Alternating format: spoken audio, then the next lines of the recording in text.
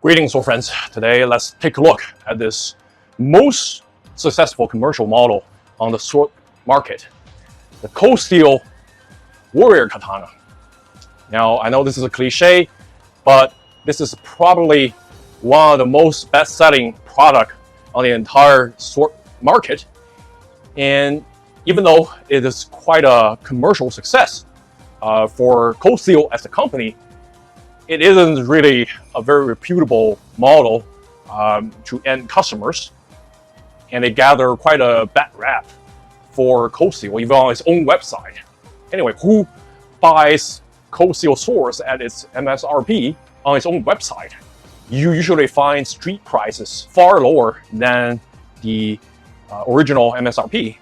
For this katana is at $589, which is preposterous. You know, at this price range, you can get fancy steels such as S7, S5, or you can get, you know, folded steel, semi, or laminated. Lots of different, you know, heat treatment options. Definitely differentially hardened, and you probably get some fancy geometries too, and some good fittings. Perhaps some handmade polish, such as hazuya finger stone polish. I would say that this model has become the victim of its own success, well, commercial success, that is. If we go back 20 years prior, there was precious little competitions on the market. You basically have Hanwei, and remember the OG Chinese, and then you practically have to buy from Cold Steel, which was widely available. Every other listing on the market is a potential liability. You have lots of more ninja stuff. People had to learn their lessons the hard way to avoid those. But today, the landscape of the market is drastically different, and Cold Steel hasn't been able to catch up with its competitions, yet it refuses to lower their prices. So at $400 street price, you can basically find everywhere on the internet, including Amazon. Is this sword an irredeemable model? Is there any use at all for practitioners or collectors? Let's compare it to many other models at higher or lower price range. So you have to put things into context, right? Because katana are pretty much like the pizza of the sword world, right? Even a mediocre katana can be quite enjoyable. You can definitely have some fun at practice cutting with most of the katana, provided they are manufactured properly, and this one is, because Cold Steel is not a maker themselves. They outsource their models, usually designed by themselves. Sometimes they purchase designs of other makers. And this one is made by Dynasty Forge, which is one of the two principal forges that Cold Steel contracts, the other one being Windless in India. Now, Dynasty Forge has its own business, selling katana and other swords in North America, but they shut down that business a few years ago, which basically tells you, how popular they are, on the market whenever competitions are concerned. So you can have some fun with the sword, provided you are willing to do some work. And I can already tell you the most, prominent advantage of a katana is just the rigidity of the blade. It's definitely there, but the sharpness is not present on the edge of this katana, right? How hard it is to get it right on a katana edge. Not really hard at all. There are hundreds of katana makers out there, probably thousands, in China, the local forges, they all get the basic things right? Very good edge geometry, which is found on all katanas, right? Very easy to implement, and then sharp edges. Apprentice can do that correctly, but on the factory edge of the Cold Steel Warrior Katana, at least the one I get, you have very twisty edge. So lots of burrs, and you can feel it drags down everywhere.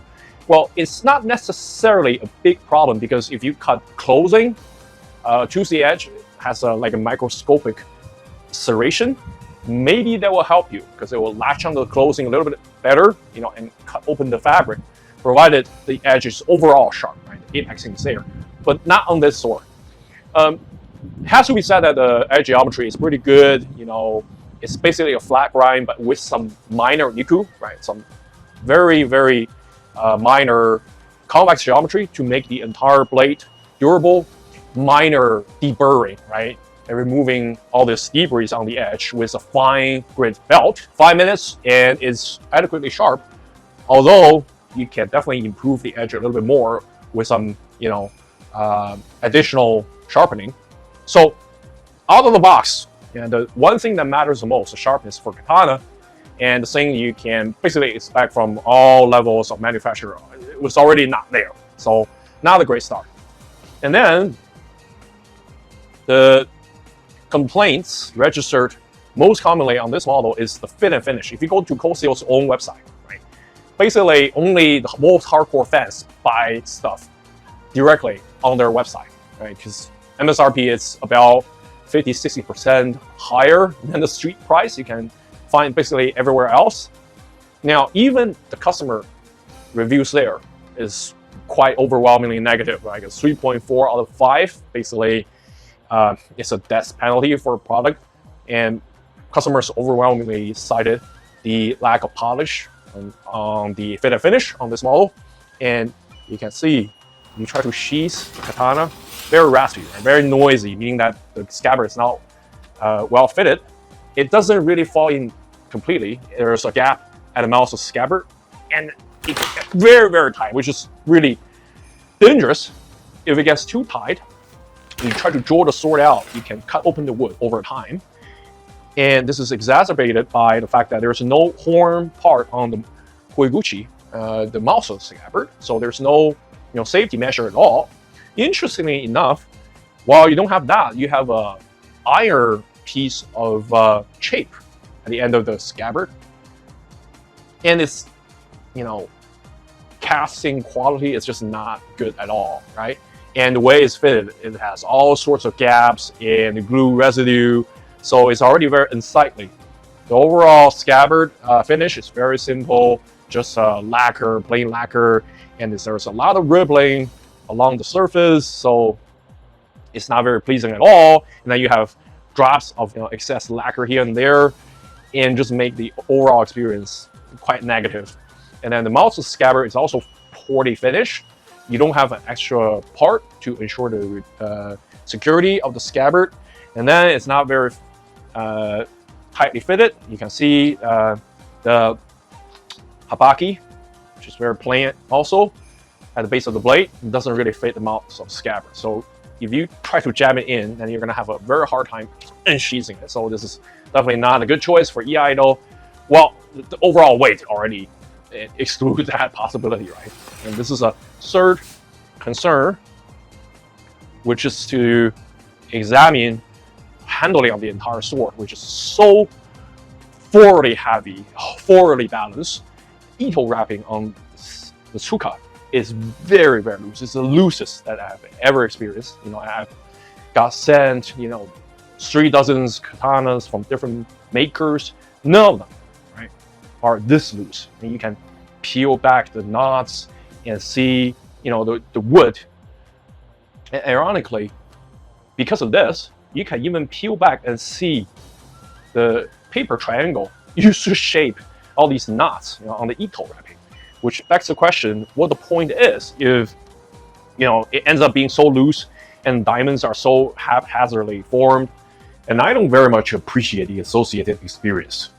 It makes me feel like handling something heavily used and has changed hands dozens of times, given it's so loose and sloppy everywhere.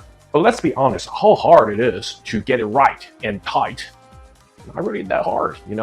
On this Shadow Dancer performance katana that costs 1/4 of the Cold Steel Warrior, look how everything's properly shaped and tied.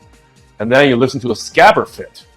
Now that is quiet and smooth. Smooth, Jacob. Smooth. Keep in mind, this Shadow Dancer specimen only costs 1/4 of the Warrior Katana's price. I do like the Stingray skin wrapping. It's very natural in color. It's not overly dyed with that very white or fake plastic texture. It looks real. even though there's no emperor note. At this price range, can you really expect that? No. But otherwise, it's just not a good experience, the Ito tying of the tsuka. And then you see the paper coming out of every knot here and there.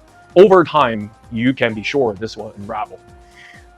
And this is a very 40 balance, 40 heavy sword. You can see the point of balance is at 6.5 inches, which is about 17 centimeters from the tsuba. It's just excessive for katana of this size. Its overall blade, including the haki, is at 29.5 inches, so it's a little longer than the usual katana blade. Also, it's very wide, right? It's not as wide as the most commercially available model on wide blades, such as Hanwei XL models or some of the custom Kamishigiri wide blades. But for a regular katana, 35 millimeter base thickness at the haki is pretty wide, and it doesn't taper down that much, right? At the yokote, which is not geometric, it's just a polished artificial yokote. There's no transition of geometry. It's down to 29 millimeters, so it remains that wide profile. The thickness is really what kills the handling. At base, it's at 7.5 millimeters. So for a wide blade like this is kind of excessive. And then it does taper down a little bit, right? It's not a crowbar, it's not a flat piece of steel. At midpoint, it's down to 6.6 millimeters. So it's there, but it doesn't taper enough in the thickness, right? Near the yokote, it's at 5.6. So there's some distal taper in the thickness. It's just not enough. Right? Compounded with the profile taper, of the width, it's about 80%, right? Like only narrowed down by 20%. It doesn't really distribute the weight that well. Not to mention that the tip is reinforced. The thickness flares up to almost 7 millimeters near the tip, which makes it extra durable if you want to do some jabbing, thrusting. But it really begs the question why you need that extra thickness, because the entire sword is already excessively thick and wide. And it's made of mono steel, Su hardened. There's no vulnerability at all. Not to mention there's a moderate degree of niku, right? So the edge geometry makes it rather durable, right? Resistant to bending, breaking, etc. So, by the way, this is made of 1060, very simple high carbon steel. When heat treated correctly, it can be quite durable. So you don't really need like fancy steels like a S7 to be durable. When you have modern mono-tempered blades, the point is to make it durable. It really begs the question why you make the entire blade so thick, uniformly thick. And of course, the tsuka is not very long, so the tan inside. By the way, the tan of the katana is not the entire length of the tsuka. Okay, it's about 3/4 of the tsuka length. It's just not enough to offset this very wide and thick blade. So the point of balance is very forward. It's a monster in action. You need to put extra effort to start the acceleration, to move the blade, and then you have to put extra effort to stop it. Or in cutting, doing single cuts, it's not really that horrible, and it has that axe-like feeling, right? Basically, the tip has a lot of mass guiding you, doing a lot of work for you to align the edge, but also just cleave into the target, right? And this is evident when I did some hard target cutting on coconuts. Coconuts are not really that heavy, right? So there's not a lot of weight to hold it on. And it's freestanding. Very clean. Even if you fill it with water. Very satisfied with this. Yeah, look at that. Cold Steel one. I felt the impact with how clean that cut was. Cold Steel. Crack it all the way through. All the way. And then goes through the bottom layer though, which is kind of curious. Alright, one strength left. One strength of the coconut, almost all the way through. So this is definitely the most impressive coconut chopper, and you can see how thick the shell is. Look at that. Right, the outer material shell is pretty much wooden, and then the fruit inside is brown. So you can see here, if I use a very broad bladed knife to cut it, and it cut like 3/4 way through, which is a good result. But if you use like a very sharp, large knife, like this primitive Wui designed by my friend brother Nathaniel, you see it cuts really well on light targets, but it just doesn't have the mass, right? Like it cuts very superficially on a coconut. This Cold Steel, however, you know, once you wind up a cut, it cuts very deeply. It cuts almost the entire width of the coconut. So this is a good hard target cutting. Not to mention that the mono-tempered steel makes it durable, so you don't really need to, you know, consider whether your cut is not perfect. It will, you know, on hard targets like dry bamboo or pork ribs, it will deform the blade. It's less likely to happen. And a lot of the commercial success of this model can be contributed to the online videos published on YouTube by Cold Steel. And they did it very early, right? Back in 2006, 2007. And they all got like tens of millions of views, especially this Warrior Katana. They use one of the models in the series to cut almost 4 picks in half. Like, I don't really doubt it. Some people say it's rigged. I don't think so. It has the 4 balance, right, to do the work for you. And if you have a very muscle-bound dude who knows how to use a sword and just, you know, wind up a cut, yeah, it can cut through 3 picks, 4 picks, right? Especially the less bony part. But even like just cleaving into ribs, that's not going to be a problem. But you got a question like, why do you need such cutting power, right? Because if you only do backyard practice cutting, you don't really cut that many hard targets. So, I mean, it's not impossible to do double cuts, right? But you have to output like just exponentially more effort than a usual light and nimble katana, or even an average weight katana, such as the wildly commercially available model like these performance series swords made by Shadow Dancer, and they are very, very affordable, with about, you know, 1/4 of the price of this Cold Steel Katana, but it's very, very light in weight. It's only about 2 pounds in blade length. It also has a mono-tempered, you know, spring steel blade, which is very durable, probably even more durable than the Cold Steel Katana. Even though it doesn't have the wide profile, it's so easy to accelerate these, right? And once you have these wide fillers, deep fillers in place, it's going to be a very, you know, effortless experience. You can do it multi-cut, like a double, triple cuts. Not to mention that these Shadow Dancers, they have better fit and finish than this Cold Steel model, right? It really begs the question why the Cold Steel is priced almost 4 times as much as these Shadow Dancer swords. And, you know, Romance of Man, their recent models, they're all very performance oriented, right? Not to mention they look good. They choose the appropriate Fujikashira, you know, essentially the fitting on the hilt. They just, you know, have style when you do test cutting, right? Now, if you want a meaty, durable katana, of course you have other choices, like this Sokujigara Demon Warrior Katana. That's a very beefy bronze tsuba, so overall it's very hefty. But man, if you compare this sword is actually 3 ounces heavier than the Cold Steel Katana in the hand. It feels a lot lighter, right? Even though it doesn't have any bulky filler to reduce the weight, it's very solid in the hand.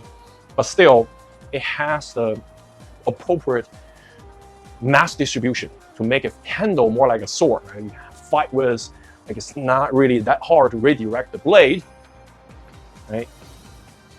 And it has a good degree of distal taper, profile taper to offset the weight, to not have that forwardly balance, forward heaviness. Whereas if you look at the Cold Steel Katana, you can call this one, it shouldn't be named Warrior Katana. It should be named the Arrow, or Ya in Japanese. Because if you look at the Fushikashira, right, the fittings, it's actually quite unique. And of course, they are copied elsewhere by other manufacturers, but it's very iconic on this warrior model. It has a Japanese arrow. It's quite a fitting scene, as different yagiri arrowheads are important symbols demonstrating martial prowess in Japanese iconography.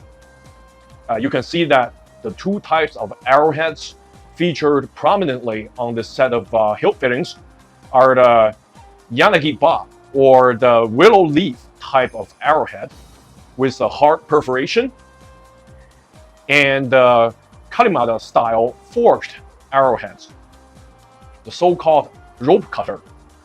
These two arrowheads are present throughout the entire hilt, mostly as reliefs on the surface of each piece, but also as perforations on the tsuba. Even the kojiri has a yagiri relief sculpted. So it's very consistent, right? Everywhere, not just the tsuba, but also on fuchi, the collar, koshirae, they all always have the, visage of an arrow. Even the manuki are two arrows. So very consistent. Why don't you call it the arrow katana, right? Because this sword basically fits very well.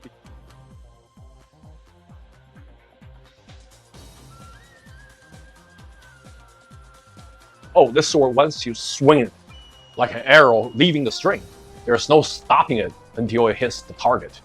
I'm baffled by why it has this handling characteristics. First of all, it weighs 2 pounds, 11 ounces. So that's a little heavy, right, for the size.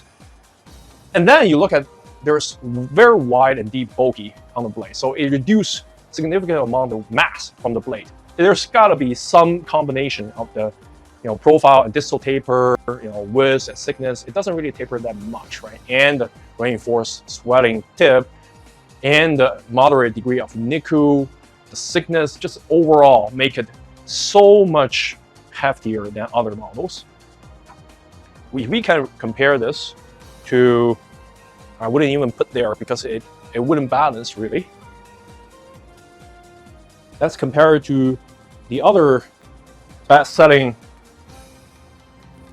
model, this white blade, which is a Hanwei Practical Plus XL Light Edition. So this is like a stark contrast with the Warrior's katana, and you can see here, this one is even wider, right? 37 millimeters at the base, and it also tapers to 29, and their lengths are very comparable, but this one is differentially hardened. You can see the genuine hamon, and also it has way better fit and finish. Just overall, there's no gaps or excess glue everywhere. Everything is fitted very tightly. The habaki, it fits the scabbard really nicely. You can see the saya and the sheath, and it features a horn part on the mouth of the scabbard, right? Jaws is very smooth. Overall, it weighs only 2.5 pounds, right? Exactly. And point of balance is 4.5 inches. Also features very well-formed, wide bulky to reduce the weight. And you understand why, design is very purpose-made, right? It's for you to do regular test cutting. It's not really that nimble, right? 2.5 pounds.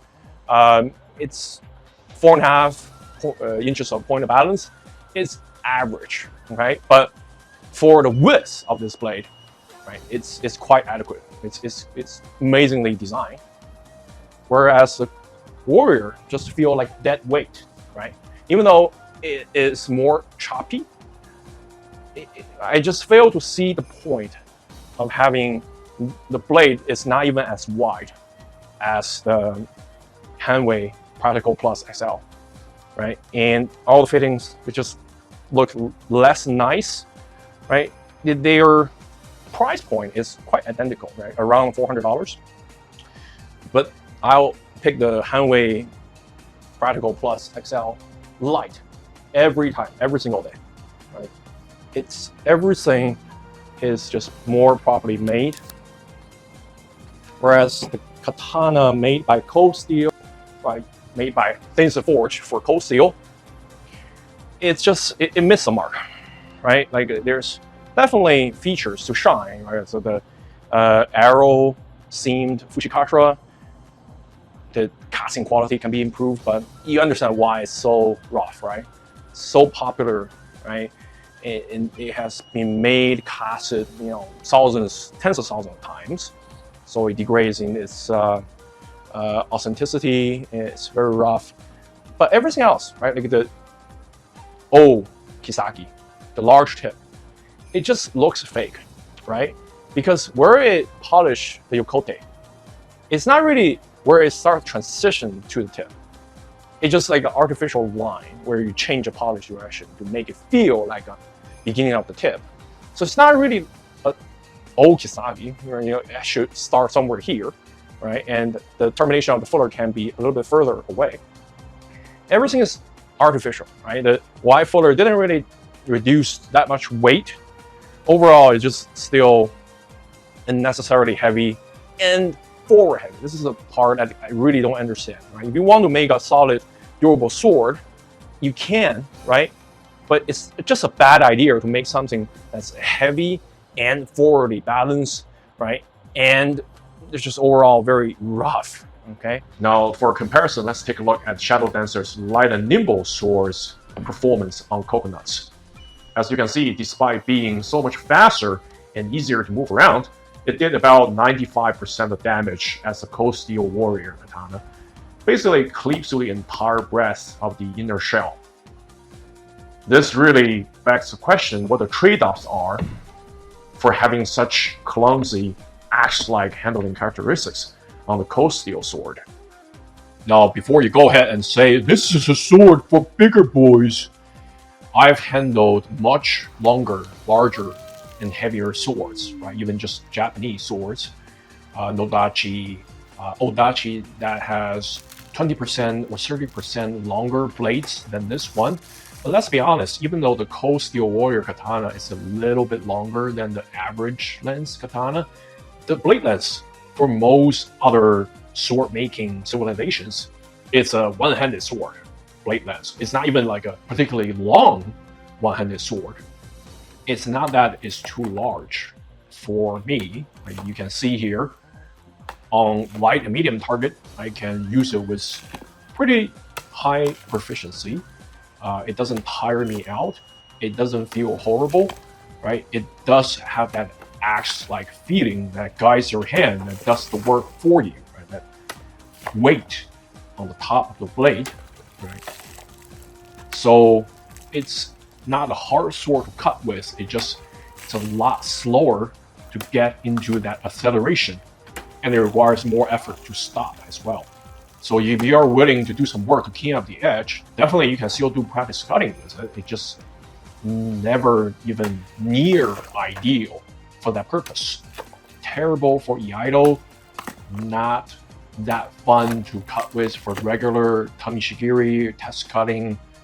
It really kind of gets stuck, in an identity crisis, right? There's practically no advantage, not on price, not for purpose or weight and balance, not a fit and finish, or polish, anything at all.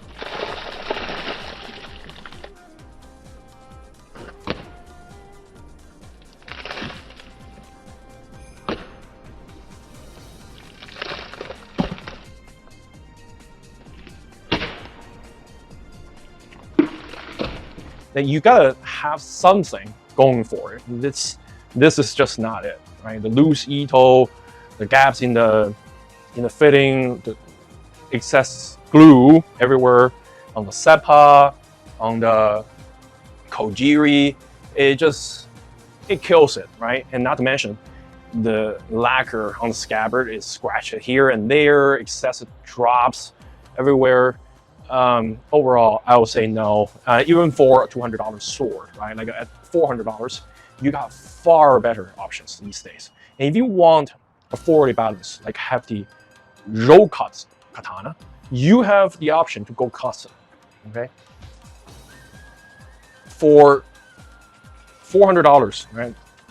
Let alone $500 on the Cold Steel's own website, you can commission a custom sword. Right? This is the Yamato, designed by my friend Brother Nathaniel again, for roll cut. And you can look at the difference in blade width. Okay? This is a true monster, right? And not to mention it's differentially hardened. It has hazuya polish, right? It has copper, custom made habaki, because the base of the blade is so wide, right? It's like 5 centimeters wide and tapers down to 4. So there's no way you can beat this.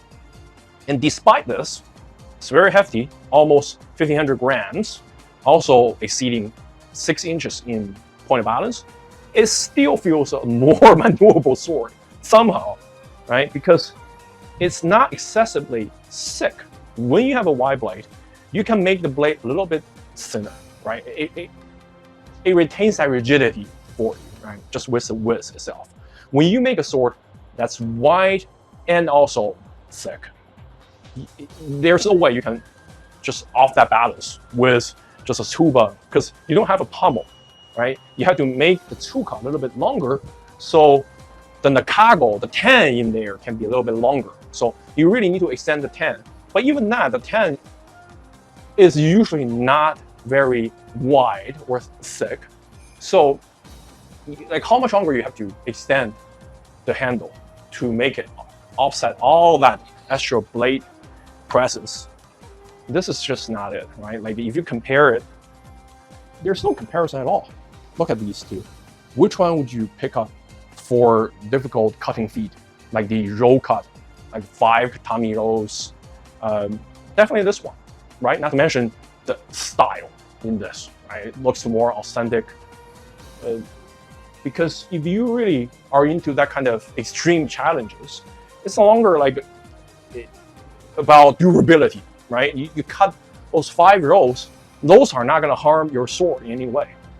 Okay, not gonna chip your edge, etc. It's not gonna bend your blade. You can cut it through. If you cannot, it just gets stuck in one of the rolls. Okay, so I can imagine a world where you take this into a competition cutting or those difficult challenges with the Warrior Katana.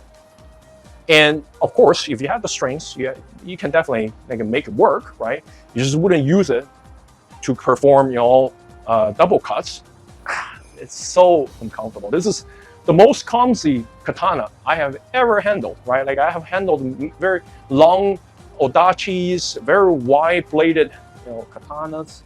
I just cannot imagine why you would need a sword for $400 or close to $600 in MSRP. All the features, you can get everything, for $200, $300. Okay, like for that amount of money on today's reproduction katana market, you can get horn parts on the scabbards, mouths. You can get horn bits as a shape or metal, right? Like if you choose a touchy style Fujikasha, right? You get more premium material as the scabbard knot tying, better scabbard, sometimes painted, hand painted even, better fit for the blade. It's not going to be raspy, or like this one, it wouldn't even go in at all. You definitely wouldn't have all the tolerance issues or the epoxy glue seeping everywhere, the gaps, and you get better casting quality on all the fittings. And you can request some unique seams as well. It's not really that unaffordable. And then definitely you shouldn't expect this loose detail wrapping. No, for $400, $500 swords, are you kidding me? No way, okay? And just look at every part of the fit and finish, right? The bamboo pegs, they are not really ground flush, so it sticks out here and there, looks very ugly. There are 2 of them to ensure the durability, the security of it, but it just don't look good, right? It's very sloppy. And while the Manuki, the brass, the arrow is already bent, right? So everything just screams sloppiness, haphazard fit and finish. You know, the blade is mono-tempered, mono steel, so you don't really expect to see any hard texture on the surface. You don't have any fancy polish. You don't have any hamon. The polish, the surface, it's not even satin, just like a Smith's polish. You can still see the grind lines. It's like you use like some Scotch pads, right? The green one, and just scratch along the blade and call it a polish, right? And the tip, transition to the tip is not really that graceful. Overall, I wouldn't call this an improperly made katana, but really for this price point, you can get anything off the internet these days, right? And probably with free shipping, etc. Check out Romance of Men. For this price, you can get 2 excellent katana, right? They're all more affordable than this, and this is just no way, shape, or form justify the price. If I don't review this, I wouldn't have sought to get this one at all, given it already has such a bad reputation. Whether it is irredeemable, and I have to say, if Cold Steel don't seek to improve it, right, with this contractor, they just keep doing business as is, I wouldn't recommend this model, because you have to take the price into consideration. And even though you can have some fun, and there's some specialty purposes for this sword, you just wouldn't justify spending that kind of money. So therefore, I give it a thumb down, and if I have to rate it, probably 2 stars out of 5. Do not purchase this one. Maybe there are some other Cold Steel offerings. The Emperor, the Dragonfly, they are a little bit nimbler, and fit and finish can be expected to be better. I mean, even if you are desperately desirous of acquiring a sword of this style, the Fujikasha fittings, try the more unique Cold Steel no Bachi. Stay away from the generic length Warrior Katana. It's a hard pass for me. Just avoid it like plague. No chance. Like, I'm gonna recommend this model of this price point, right? So if you enjoy this review, find any value or entertainment, please like and subscribe.